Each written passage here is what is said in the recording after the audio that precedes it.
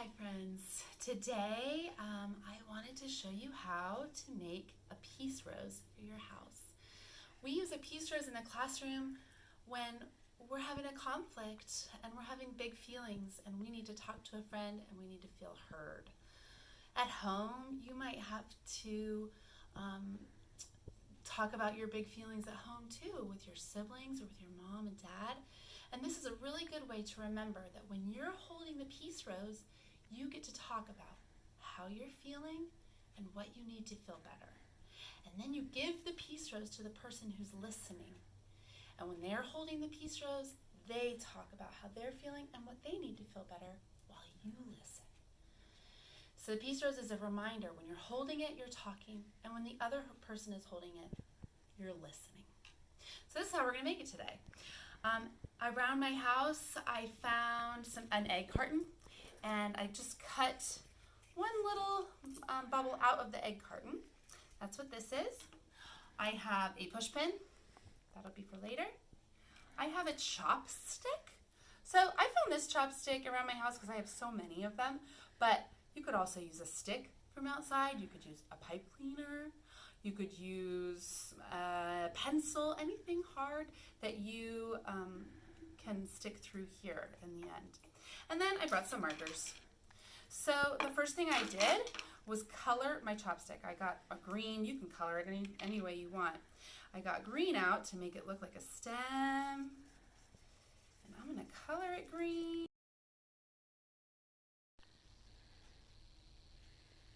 So I have colored the bottom of it all green, and then I'm leaving this little top part. I'm going to color it a different color, and you'll see why soon.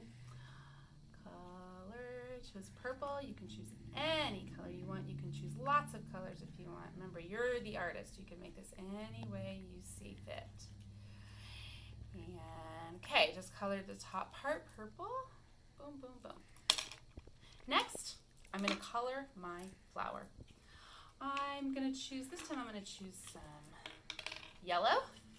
And here I go. I'm going to start decorating.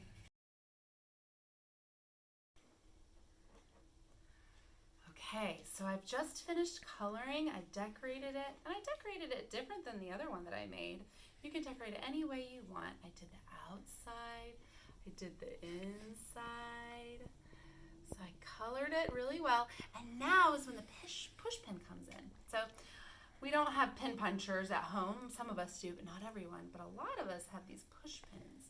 The tack, it works really well to poke a hole in the bottom. And the reason we're going to poke a hole in the bottom is to make it easier for a chopstick to go through. So be careful not to put your finger on this part.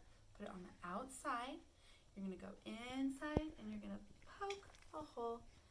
And you might want to poke 2 or 3 holes just to make it a little bigger. Boom, boom, boom. I'm going to do about 3 holes, and then it makes it easier. I got the holes started to get my chopstick that I colored through that hole. Here we go. I'm going to push it through. Boom.